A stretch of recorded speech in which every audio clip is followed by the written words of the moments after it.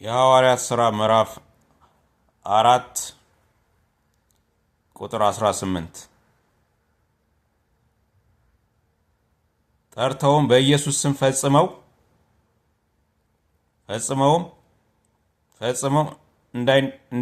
እንዳይናገሩና እንዳያስተምሩ አዘዟቸው። ጴጥሮስና ዮሐንስ ግን መልሰው እግዚአብሔርን ከመስማት ይልቅ እናንተን እንሰማ ዘንድ በእግዚአብሔር ፊት የሚገባ እንደሆነ ቆረጡ።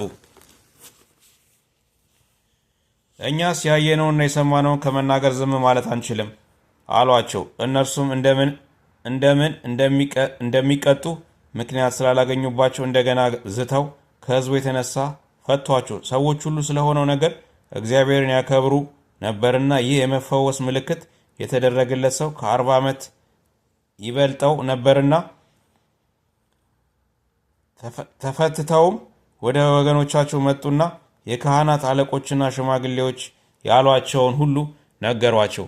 እነርሱም በሰሙ ጊዜ በአንድ ልብ ሆነው ወደ እግዚአብሔር ድምፃቸውን ከፍ አደረጉ፣ እንዲህም አሉት፣ ጌታ ሆይ አንተ ሰማዩና ምድሩን ባህሩንም በእነርሱም የሚኖረውን ሁሉ የፈጠርክ በመንፈስ ቅዱስ በብላቴናህ በአባታችን በዳዊት አፍ አሕዛብ ለምን አጉረመረሙ? ሕዝቡስ ክንቱን ነገር ለምን አሰቡ? የምድር ነገሥታት ተነሱ፣ አለቆችም በጌታና በተቀባው ላይ አብረው ተከማቹ ብለህ የተናገርክ አምላክ ነህ። በቀባው በቅዱስ ብላቴና በኢየሱስ ላይ ሄሮድስና ጴንጤናዊ ጲላጦስ ከአሕዛብና ከእስራኤል ሕዝብ ጋር እጅህን አስብ እንዲሆን አስቀድሞ የወሰኑትን ሁሉ ሊፈጽሙ በዚች ከተማ በእውነት ተሰበሰቡ። አሁንም ጌታ ሆይ ወደ ዛቻው ተመልከት። ለመፈወስም እጅህን ስትዘረጋ በቅዱስ ብላቴና በኢየሱስ ስም ምልክትና ድንቅ ሲደረግ ባሪያዎች በፍጹም ግልጥነት ቃልህን እንዲናገሩ ስጣቸው። ከጸለዩም በኋላ ተሰብስበው የነበሩበት ስፍራ ተናወጠ። በሁሉም መንፈስ ቅዱስ ሞላባቸው። የእግዚአብሔርም ቃል በግልጥ ተናገሩ። ያመኑትም ሕዝብ አንድ ልብ አንዲትም ነፍስ ነበሯቸው። ገንዘባቸውም ሁሉ በአንድነት ነበር እንጂ ካለው አንድ ነገር ስንኳ የራሱ እንደሆነ ማንም አልተናገረም። ሐዋርያትም የጌታን የኢየሱስ ክርስቶስን ትንሣኤ በታላቅ ኃይል ይመሰክሩ ነበር። በሁሉም ላይ ታላቅ ጸጋ ነበረባቸው። በመካከላቸው አንድ ስንኳ ችግረኛ አልነበረምና መሬት ወይም ቤት ያላቸው ሁሉ እየሸጡ የተሸጠውን ዋጋ ያመጡ ነበርና በሐዋርያትም እግር አጠገብ ያኖሩ ነበር። ማናቸውም እንደሚፈልግ መጠን ለእያንዳንዱ ያካፍሉት ነበር። ትውልዱም የቆጵሮስ ሰው የነበረ አንድ ሌዋዊ ዮሴፍ የሚሉት ነበር። እርሱም በሐዋርያት በርና ባስ ተባለ። ትርጓሜም የመጽናናት ልጅ ነው። እርሻም ነበረውና ሽጦ ገንዘቡን አምጥቶ ከሐዋርያት እግር አጠገብ አኖረው። የሐዋርያት ሥራ ምዕራፍ 5 አናንያም የተባለ አንድ ሰው ሰጺራ ከተባለች ከሚስቱ ጋር መሬት ሸጠ። ሚስቱም ደግሞ ስታውቅ ከሽያጩ አስቀረና እኩሌታውን አምጥቶ በሐዋርያት እግር አጠገብ አኖረው። ጴጥሮስንም አናንያ ሆይ መንፈስ ቅዱስን ታታልልና ከመሬቱ ሽያጭ ታስቀር ዘንድ ሰይጣን በልብስ ስለምን ዋለ? ላትሸጠው ያንተ አልነበረምን? ከሸጥከው በኋላ በስልጣን አልነበረምን? ይህን ነገር ስለምን በልብ አሰብክ? እግዚአብሔርን እንጂ ሰውን አልዋሸህም አለው። አናንያም ይህን ቃል ሰምቶ ወደቀ፣ ሞተም። በሰሙትም ሁሉ ላይ ታላቅ ፍርሃት ሆነ። ጎበዞችም ተነስተው ከፈኑት፣ አውጥተውም ቀበሩት። ከ3 ሰዓት ያህል በኋላም ሚስቱ የሆነውን ሳታውቅ ገባች። ጴጥሮስም መልሶ እስቲ ንገረኝ፣ መሬታችሁን ይህን ለሚያህል ሸጣችሁትን አላት። እርሷም አዎን ይህን ለሚያህል ነው አለች። ጴጥሮስም የጌታ መንፈስ ትፈታተኑ ዘንድ ስለምን ተስማማችሁ? እነሆ ባልሽን የቀበሩት ሰዎች እግር በደጅ ነው፣ አንቺንም ያወጡሻል አላት። ያን ጊዜም በእግሩ አጠገብ ወደቀች፣ ሞተችም። ጎበዞችም ሲገቡ ሞታ አገኟት። አውጥተውም በባሏ አጠገብ ቀበሯት። በቤተ ክርስቲያን ሁሉና ይህንም በሰሙ ሁሉ ላይ ታላቅ ፍርሃት ሆነ። በሐዋርያትም እጅግ ብዙ ምልክትና ድንቅ በሕዝብ መካከል ይደረግ ነበር። ሁሉም በአንድ ልብ ሆነው በሰለሞን ደጅ መመላለሻ ነበሩ። ከሌሎችም አንድ ስንኳን ሊተባበራቸው የሚደፍር አልነበረም። ሕዝቡ ግን ያከብሯቸው ነበር። የሚያምኑትም ከፊት ይልቅ ለጌታ ይጨምሩለት ነበር። ወንዶችና ሴቶችም ብዙ ነበሩ። ስለዚህም ጴጥሮስ ሲያልፍ ጥላውም ቢሆን ከእነርሱ አንዱን ይጋርድ ዘንድ ድውያንን ወደ አደባባይ አውጥተው በአልጋና በወሰካ ያኖሯቸው ነበር። ደግመውም በኢየሩሳሌም ዙሪያ ካለች ከተማ ድውያንና በርኩሳን መናፍስት የተሰቃዩትን እያመጡ ብዙ ሰዎች ይሰበስቡ ነበር። ሁሉም ይፈወሱ ነበር። ሊቀ ካህናቱ ግን የሰዱቃውያን ወገን ሆነውም ከእርሱ ጋር የነበሩት ሁሉ ተነስተው ቅናትም ሞላባቸው። በሐዋርያትም ላይ እጃቸውን ጭነው በሕዝቡ ወህኒ ውስጥ አኖሯቸው። የጌታ መልአክ ግን በሌሊት የወህኒውን ደጅ ከፍቶ አወጣቸውና ሂዱና ቆማችሁ የዚህን ሕይወት ቃል ሁሉ ለሕዝብ በመቅደስ ንገሩ አላቸው። በሰሙም ጊዜ ማልደው ወደ መቅደስ ገብተው አስተማሩ። ግን ሊቀ ካህናቱና ከእርሱ ጋር የነበሩት መጥተው ሸንጎውንና የእስራኤልን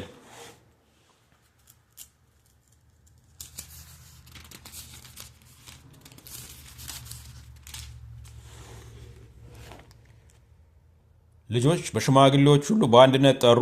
ያመጧቸውም ዘንድ ወደ ወህኒ ላኩ።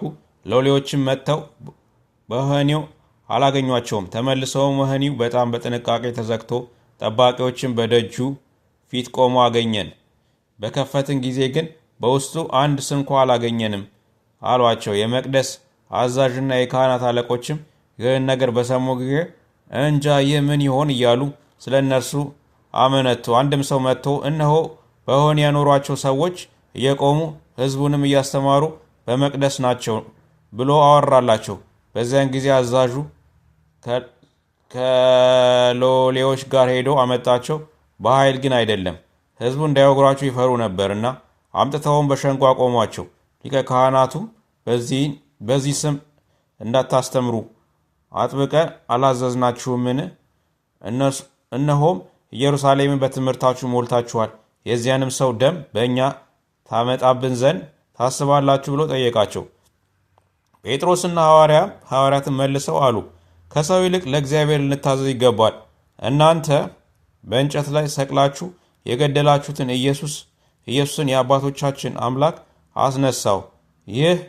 ይህን እግዚአብሔር ለእስራኤል ንስሐን የኃጢአትንም ስርይት ይሰጥ ዘንድ ራስም መድኃኒትም አድርጎ በቀኙ ከፍ ከፍ አደረገው።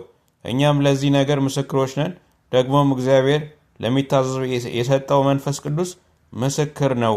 እነርሱም ሲሰሙ በጣም ተቆጡ፣ ሊገድሏቸውም አሰቡ። ነገር ግን በሕዝቡ ሁሉ ዘንድ የከበረ የሕግ መምህር ገማልያል የሚሉት አንድ ፈሪሳዊ በሸንጎ ተነስቶ ሐዋርያትን ጥቂት ፈቀቅ እንዲያደርጓቸው አዘዘ።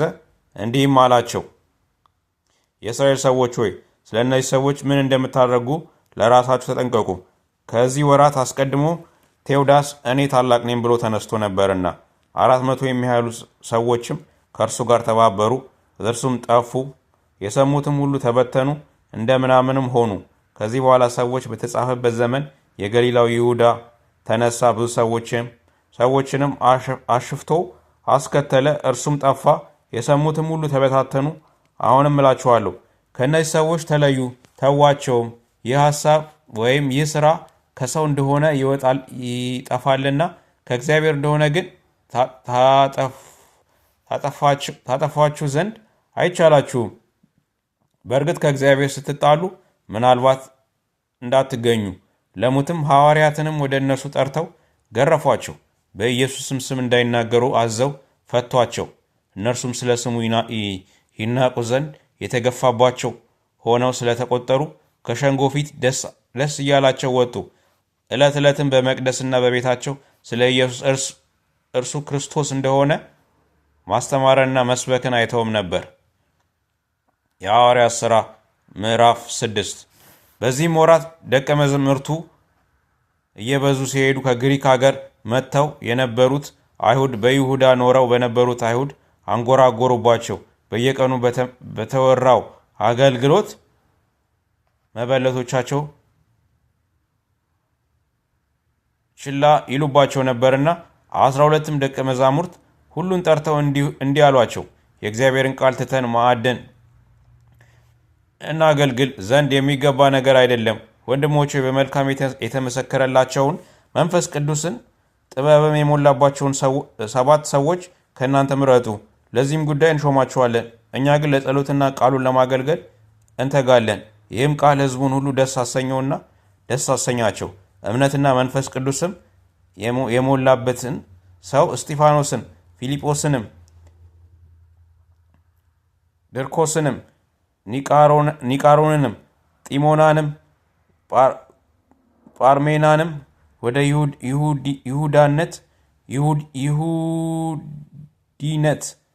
ይሁዲነት ገብቶ የነበረውን የአንጾኪያውያን ኒቆላዎስንም መረጡ። በሐዋርያትም ፊት አቆሟቸው። ከጸለዩም በኋላ እጃቸውን ጫኑባቸው። የእግዚአብሔር ቃል እየሰፋ ሄደ።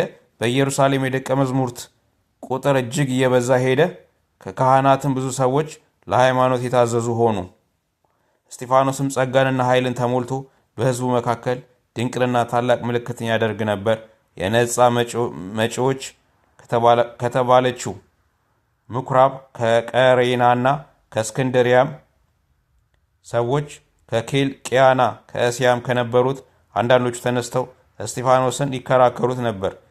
ይናገርበት የነበረውንም ጥበብና መንፈስ ይቃወሙ ዘንድ አልቻሉም። በዚያን ጊዜ በሙሴ ላይ በእግዚአብሔርም ላይ የስድብን ነገር ሲናገር ሰምተነዋል የሚሉ ሰዎችንም አስነሱ። ሕዝቡንና ሽማግሌዎችንም ጻፎችንም አናደዱ። ቀርበውም ያዙት፣ ወደ ሸንጎም አመጡትና ይህ ሰው በዚህ በተቀደሰው ስፍራ በሕግም ላይ የስድብን ነገር ለመናገር አይተውም? ይህ የናዝሬቱ ኢየሱስ ይህን ሥርዓት ይለውጣል ሲል ሰምተዋልና የሚሉ የሐሰት ምስክሮችን አቆሙ።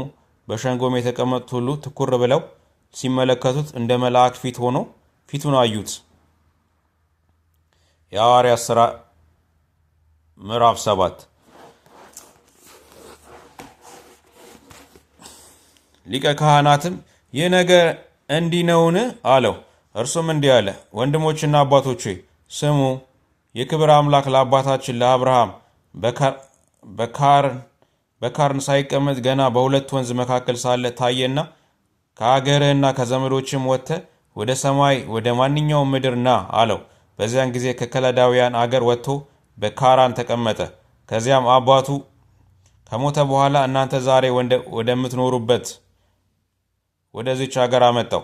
በዚችም የእግር ጫማ ስንኳ የሚያህል ርስት አልሰጠውም። ነገር ግን ልጅ ሳይኖረው ለእርሱ ከእርሱም በኋላ ለዘሩ ርስት አድርጎ ይሰጠው ዘንድ ተስፋ ሰጠው። እግዚአብሔርም ዘሩ በሌላ አገር መጻተኞች እንዲሆኑ 400 ዓመትም ባሪያዎች እንዲያደርጓቸው እንዲያስጨንቋቸው እንዲህ ተናገረ። ደግሞም እግዚአብሔር እንደ ባሪያዎች በሚገዟቸው ሕዝብ ላይ እኔ እፈርድባችኋለሁ። ከዚህ በኋላ ይወጣሉ፣ በዚህም ስፍራ ያመልኩኛል አለ። የመርዝንም ኪዳን ሰጠው። እንዲህም ይስሐቅን ወለደ። በ8ኛውም ቀን ገረዘው። ይስሐቅም ያዕቆብም 12ቱን የአባቶችም አለቆች በዮሴፍ ቀንተው ወደ ግብፅ ሸጡት። እግዚአብሔርም ከእርሱ ጋር ነበር፣ ከመከራውም ሁሉ አወጣው። በግብፅ ንጉሥ በፈርዖንም ፊት ሞገስና ጥበብን ሰጠው። በግብፅና በቤቱ ሁሉ ላይም ቢትወደድ አድርጎ ሾመው። በግብፅና በከነዓንም አገር ሁሉ ራብና ብዙ ጭንቅ መጣ። አባቶቻችንን ምግብን አላገኙም። ያዕቆብ በግብፅ እህል መኖሩን በሰማ ጊዜ በመጀመሪያ አባቶቻችን ሰደዳቸው። በሁለተኛውም ዮሴፍ ለወንድሞቹ ታወቀ። የዮሴፍም ትውልድ በፈርዖን ዘንድ ተገለጠ። ዮሴፍም አባቱን ያዕቆብንና 75 ነፍስ የነበረውን ቤተ ዘመድ ሁሉ ልኮ አስጠራ። ያዕቆብም ወደ ግብፅ ወረደ፣ እርሱም ሞተ። አባቶችንም ወደ ስኬምም አፍልሰው አብርሃም ከስኬምም አባት ከኤሞር ልጆች በብር በገዛ መቃብር ቀበሯቸው። እግዚአብሔርም ለአብርሃም የማለለት የተስፋውን ዘመን ሲቀርብ ዮሴፍን የማያውቀው ሌላ ንጉሥ በግብፅ ላይ እስኪነሳ ድረስ ሕዝቡ እየተጨመሩ በግብፅ ብዙ። እርሱም ወገናችንን ተተንኮሎ ሕፃናትን በሕይወት እንዳይጠብቁ ወደ ውጭ ይጥሉ ዘንድ አድርጉ። አባቶቻችንን አስጨነቀ። በዚያን ጊዜ ሙሴ ተወለደ፣ በእግዚአብሔር ፊት ያማረ ነበር። በአባቱም ቤትም 3 ወር አደገ። በተጣለም ጊዜ የፈርዖን ልጅ አነሳቸው፣ ልጅም ይሆናት ዘንድ አሳደገችው። ሙሴም የግብጾችን ጥበብ ሁሉ ተማረ፣ በቃሉና በሥራውም የበረታ ሆነ። ነገር ግን 40 ዓመት ሲሞላው ወንድሞቹን የእስራኤልን ልጆች ይጎበኝ ዘንድ በልቡ አሰበ። አንዱም ሲበደል አይቶ ረዳው። የግብፅንም ሰውም መጥቶ ለተገፋው ተበቀለ። ወንድሞቹም እግዚአብሔር በእጁ መዳንን እንዲሰጣቸው የሚያስተውሉ ይመስለው ነበር፣ እነርሱ ግን አላስተዋሉ። በማግስቱም እርስ በርሳቸው ሲጣሉ አገኛቸው። ሊያስታርቃቸውም ወደ ሰዎቹ ወዶ ሰዎች ሆይ እናንተስ ወንድማማች ናችሁ፣ ስለምን እርስ በርሳችሁ ትበዳደላላችሁ? አላቸውም።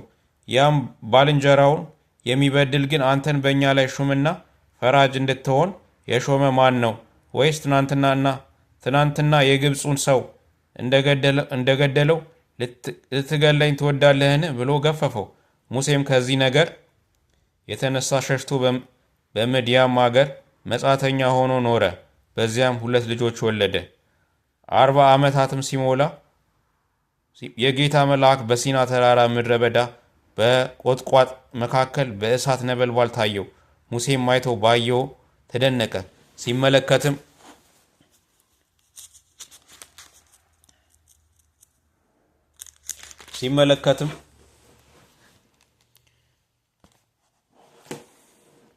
የጌታ ቃል እኔ የአባቶችህ አምላክ የአብርሃም አምላክ የይስሐቅም አምላክ የያዕቆብም አምላክ ነኝ ብሎ ወደ እርሱ መጣ።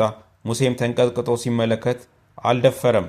ጌታም የቆምህበት ስፍራ የተቀደሰች ምድር ናትና የእግርህን ጫማ አውልቅ፣ በግብፅ ያሉትን የሕዝቤን መከራ ፈጽሜ አይቼ መቃተታቸውንም ሰምቼ ላድናቸው ወረድኩ። አሁንም ና ወደ ግብፅ ልክሃለሁ አለው።